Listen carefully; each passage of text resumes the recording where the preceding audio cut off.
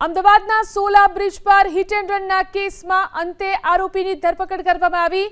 Mercedes ચાલક વિજય Desai police કોન્સ્ટેબલનો પુત્ર હોવાનો ઘટસ્ફોટ થયો છે।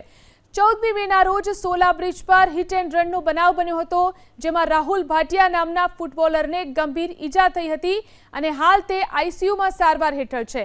હિટ એન્ડ રન કરનારી આ મર્સિડીઝ કોઈ બીજા કોઈની નહીં, પરંતુ એક કોન્સ્ટેબલના દીકરા વિજય રબારીની હોવાનો ખુલાસો થયો છે।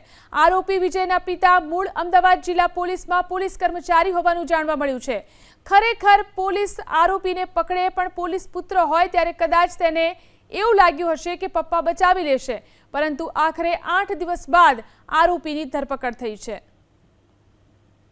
માર્ચ મહિનામાં આ મર્સિડીઝ ગાડી વિજયભાઈ વાઘજીભાઈને વેચી હતી અને એ ધોળકાના રહેવાસી હતા। એના ઉપરથી વિજયભાઈ વાઘજીભાઈને આજ રોજ 12 વાગે એમની અટક કરવામાં આવી છે। વિજયભાઈ વાઘજીભાઈ પોતે જ ગાડી ચલાવતા હતા એ વાતનો પુરાવા માટે સીડીઆર એસડીઆર કરી અને એનું લોકેશન કાઢી ત્યારબાદ જ એમની ધરપકડ કરવાની મારી સૂચના હતી। એટલા માટે થઈ અને વિજયભાઈ વાઘજીભાઈનું સીડીઆર દ્વારા લોકેશન મેળવવામાં આવ્યું અને ગાડી પણ એમને વેચેલી હતી। આ બધી જ તપાસના અંતે આજરોજ એમની ધરપકડ કરવામાં આવી।